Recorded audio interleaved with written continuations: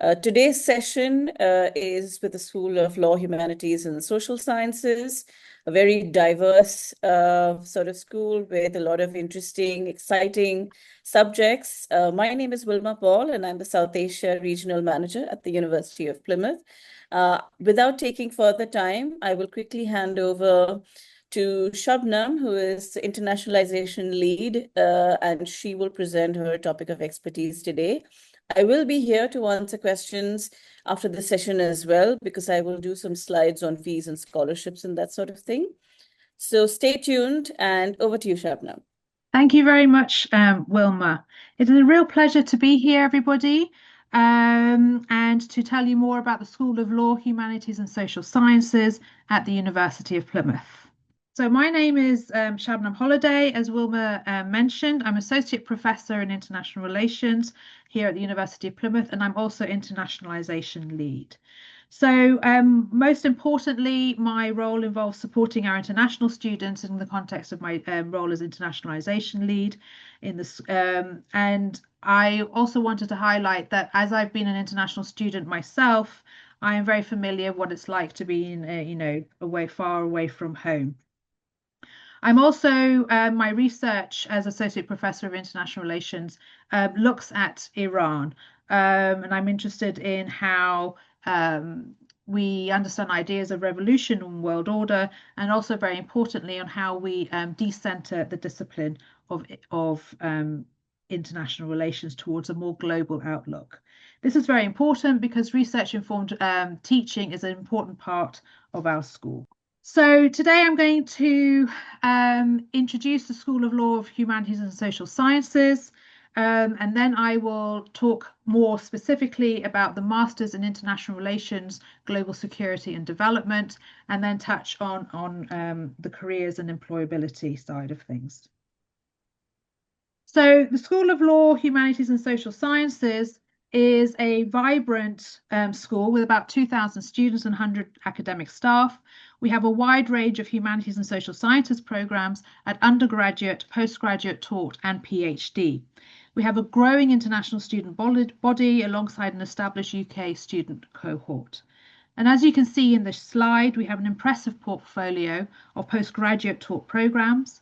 These are crucially delivered by academics who are very passionate about their subject area and have a track record in cutting edge research and/or essential practice-based expertise. So if you are interested in any of those other programs, do get in touch with us and we can let you know more details about them.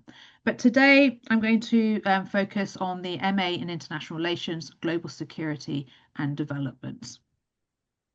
So in terms of our school ethos, we are, as Wilma explained, we have a diverse range of programs across the humanities and social sciences and also law, but we are very keen that we work very hard to make sure that our curricula and the way we teach these subjects are very much relevant to today's society and addressing some of today's most pressing and social issues. So the degrees are very much rooted in the real world, and you will experience firsthand the importance of your subject with a graduate experience that sets you apart from other programs. These are taught by a dedicated team of staff. So as I mentioned before, our staff have a track record in cutting edge research, or they have practice-based experience. And this is really important because this means that we bring our expertise into the classroom. And so you learn very much from the most recent developments in our subject areas or the most recent approaches in our subject areas. So now I'm turning to specifically the Masters in International Relations, Global Security and Development. If you can go to the QR code there to find out more details about the actual modules that we deliver. Or you can do that through the URL. But importantly, I want to just mention a few things about the entry requirements. So as it says here, you need a second class honours degree or equivalent in a relevant subject. So that could be any of the humanities and social sciences. They would all be absolutely relevant for a master's in international relations. But also if we have students that come to us from law, and that is absolutely relevant, and also human geography, or sometimes geography that covers human geography and physical geography, and they've become interested in these areas through that. It's also important that you appreciate that if you don't have a first degree in one of these subject areas, but you do have a experience of working in a related field, then do get in touch with us because we can look at these on a case by case basis. So, for instance, if you've worked in government, but your first degree has been in another area such as STEM, or if you have worked for a charity or a non-government organization, or have worked for an international institution, um, regardless of where that might be in the world, whether that is UK based or internationally, do get in touch with us because we will also consider your application because we find that students who have that practical experience have a lot to offer and have learnt a lot of the relevant skills needed for the program through other channels. So just to explain a little bit about international relations as a discipline. International relations is a discipline which is part, in many countries, will be considered as, in terms of diplomatic history, but also about security and development across between nations and states. So this discipline is an extremely important discipline in the context of contemporary geopolitics. It helps what we aim to do with this discipline in the way that we teach it here at the University of Plymouth is to give you the tools on how to understand contemporary global politics.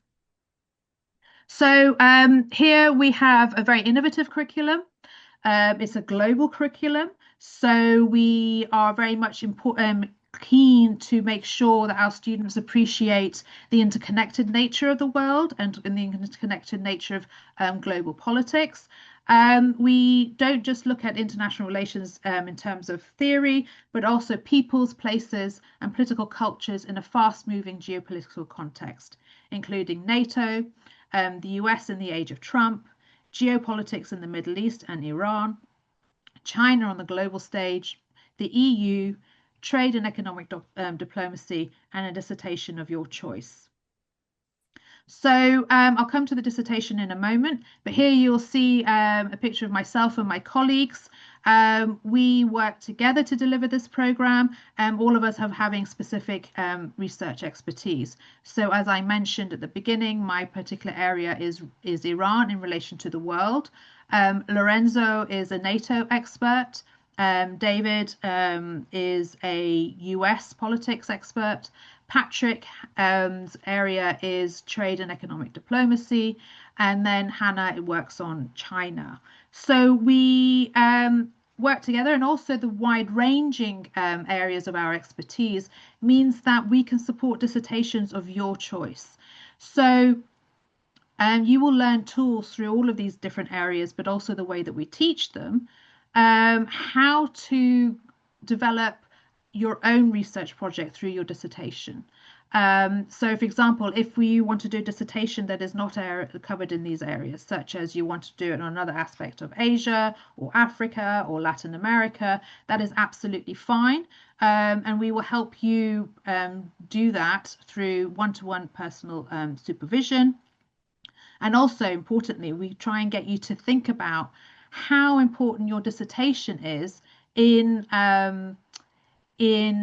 terms of, perhaps a job career that you are looking for. So sometimes our students do their dissertations based on their previous experience, if they've come from practice-based, or they come and do this program, International Relations to Global Security and Development, because they have a passion about a particular subject area, and then they want to develop that through a dissertation. So that gives you a sense of the global curriculum that we provide. And you can, again, as I mentioned before, look at the details through the QR code or the URL for the actual modules that we teach. So how do we teach? We have all of our programs are taught by leading academic researchers and practitioners, as I mentioned, all with our own particular research expertise and experience. And the important thing about that is that this enables us to provide cutting edge research. So this will come into the discipline, our experience comes into the classroom and to our students directly. The other thing that we are very keen to do is interactive research, teaching and learning. So this means that our lectures, the classes, are not simply us in giving a lecture, but us talking and giving you information, but getting you to think within the classroom about those things. So a lot of seminar group-based work, learning. In fact, I was just talking to a couple of students the other day about their experience, and they were saying how our classes help them really think about their own dissertation subjects, but also the things that they're interested, but also wider geopolitical dynamics and how important that is and how useful that is for them. The other thing is that we also do simulation and role play exercises. So that's a really important part of our program. It gets students to think about different actors and from the perspective of different actors, whether that's in economic and trade diplomacy or whether that's in terms of global geopolitics, and to think about how that works. We also have an important part of this program is that we have the ability to provide research informed seminars from that don't necessarily come partly as part of the curriculum, but part of what might be happening in the news at the time. So we have a long established Masters in International Relations Research seminar series, and you can have a look at you can use the QR code there to get directly to the kind of things that we've done in the past. So drawing on our contacts and our experience, we have invited people from across the UK who are at the forefront of their research in particular parts in terms of whatever, cutting edge research, but also contemporary geopolitics. And we also address, if there's been an event in the news, such as, for example, at the moment we have a war in the Middle East, then we will draw on our own expertise and our colleagues to present a session for our students to learn about the complexity of those dynamics. So this is a very important aspect to the program because it allows students to hear, research as it is happening, but also to think about how the program is connected with wider dynamics as well. So we also have an embedded employability and personal development aspect to the school and to the program. So this is embedded in the curriculum, so employability sessions. You also have the opportunity to learn from our careers, our amazing University of Plymouth Careers Mentoring Program. There are micro internships, which can last 3 to 10 days in duration, and also really importantly, support beyond graduation.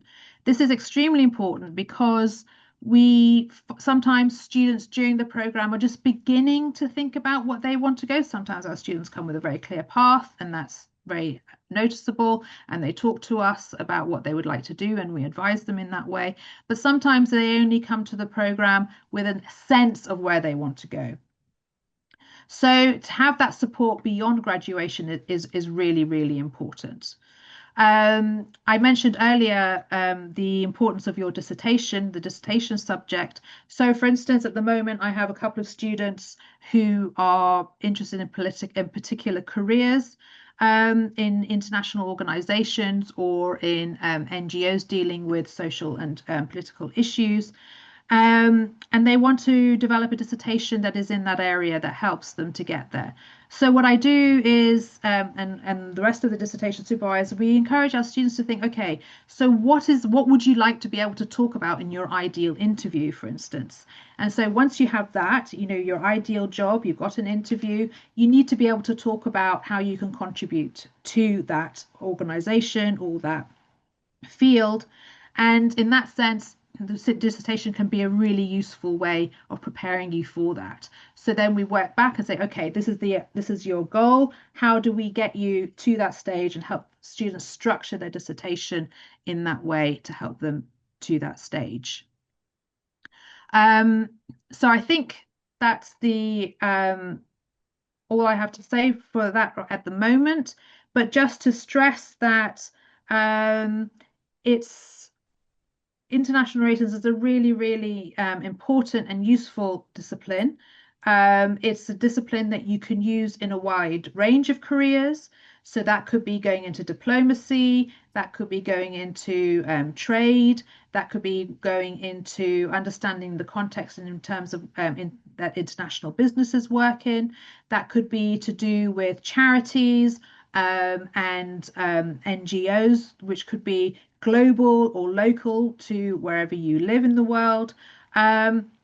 Because it gives you the skills to really understand the complexity of human relations that are very much linked to local and global dynamics. And so our program, which is very much focused on providing a global curriculum, helps you to get to those areas. And then also some students may be very much interested in going on to do PhD research, and we also prepare you through that. For instance, we start getting you to think about research methods in a dedicated module, but also in your dissertation supervision sessions.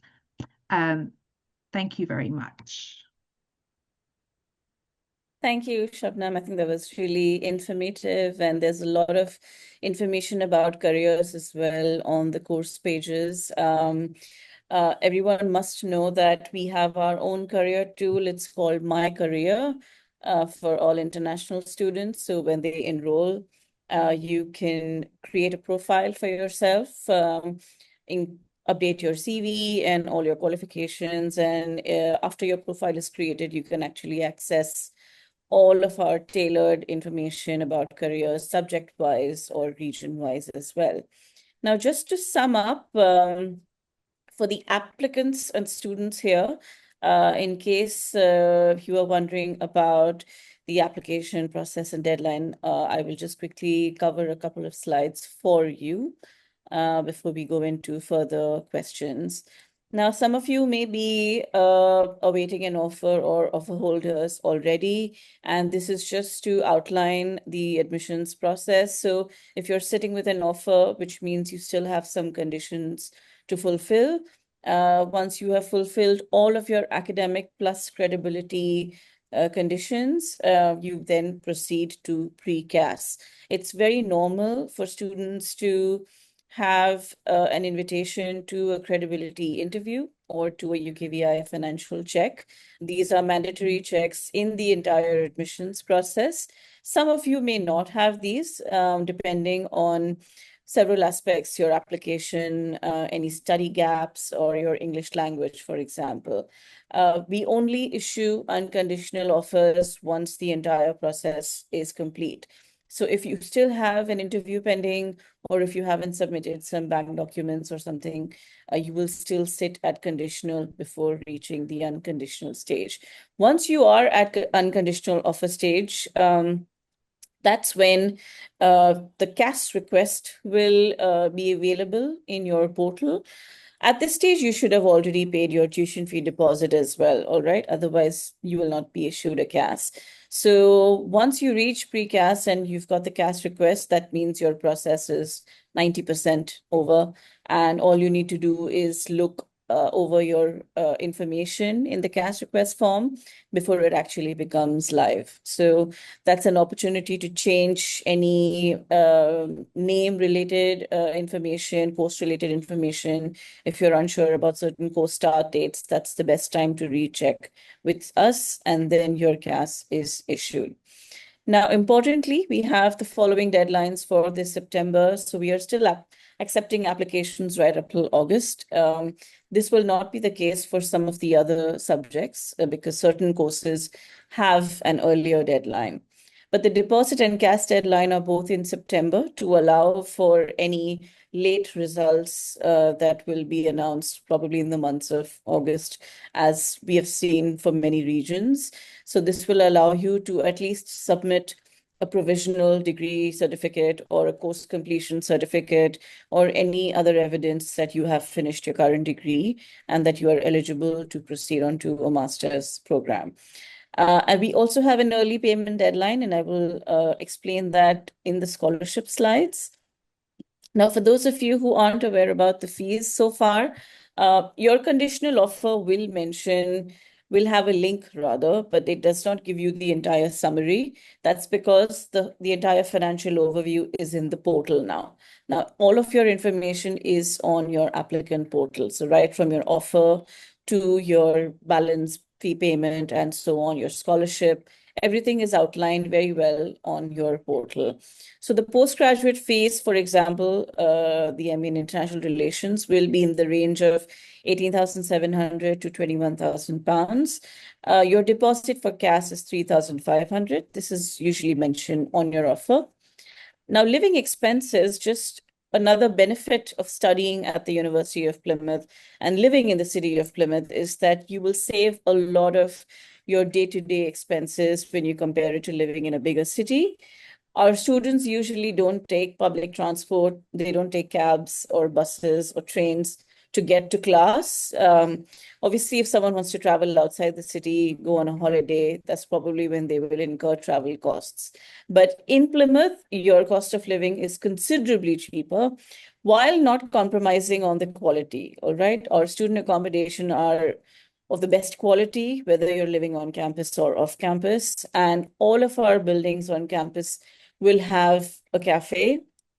So whether you are vegan or non-vegetarian, you will have food available on campus at all times. So please take your financial sort of picture into consideration when you choose us as your final choice to come to the university. Now we have scholarships.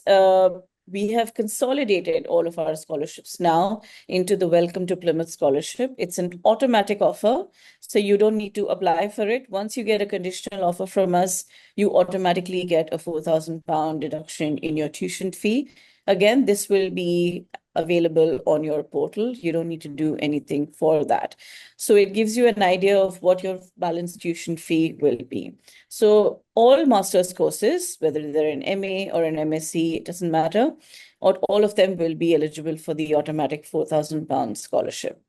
For undergrad students, it's 6,000 because it's divided over 3 years. So it's 4 plus 1 plus 1. Again, they're automatic, so no need to apply for these scholarships as well. Now, here's the early payment discount, which is an additional £500 discount on your tuition fee. So after you have paid your deposit, after you have deducted your 4,000 scholarship, if you decide that you would like to pay the balance before enrollment by the 4th of September, you can get an automatic 500 discount as well. Now, the way to manage this is by contacting us and letting us know that you intend to pay your full balance tuition fee. And we will then advise you to deduct the 500 automatically and pay the balance. So that gets accounted for towards the early payment discount. So that's the information about fees and scholarships and deadlines. You can email us about any other questions that you may have.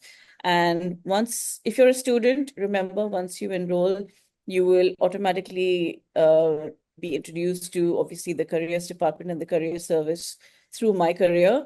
But don't forget to also contact your supervisors in your own school because usually they're the best contacts and links to industry. So don't forget to obviously be actively looking at that aspect as well. Right. So do we have any questions? I can see some questions in the Q&A. Okay, those questions were about scholarships and visa sponsorships. So yeah, so we've covered that in the slides. Unfortunately, we don't have any higher scholarships because we are restructuring a scholarship offer. So for now, for the September 2026 intake, the only scholarship that we have is the 4,000 direct automatic deduction. Are there any questions for the program or any other post-related questions? Interview process. So I'm assuming this question about the interview process is the credibility interview, because I don't think we have faculty interviews, do we, Shabnam? No, we don't have faculty interviews. Yeah. So this is usually in the last stage of your application process. Usually students are supposed to fill up a form called the personal statement supplement. It's a mandatory check in your portal. That document will trigger whether or not that particular student needs to be invited for an interview. So like I mentioned before, there will be some students who will just sail through the process and not have any interviews. But there are a majority of students who will be invited to a credibility interview. Just to give you a hint that we also have published credibility questionnaire. So we have, I think, about 15 to 20 questions already set and ready, and they're on the website. If you just go to our website and type in credibility guidance in the search bar, that will take you to the page. So it's a good prep for students who want to prepare for a UKVI interview as well. We've got some really important questions on there. So that will definitely help students before they come to us for an interview as well. And if you miss your interview once, don't worry, we give you another opportunity to come and interview again. So if anyone wants a copy of the slides or some information specifically about the course, you can reach out to me.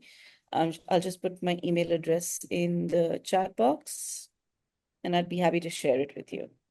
And if anybody is interested in doing this program who doesn't come from a standard direction, who's worked perhaps and not done a degree in humanities or social sciences, then do get in touch with Wilma or myself or Wilma, and then I'll be happy to advise you.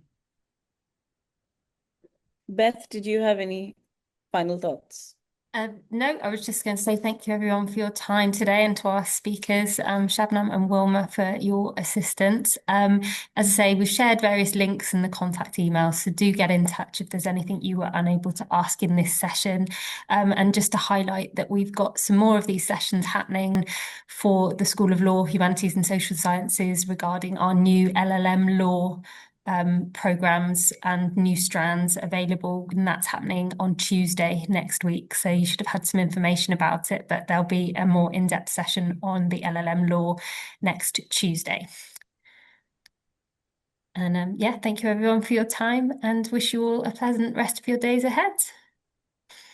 Thank you for your time. Thank you, everyone. Thank you. Bye-bye.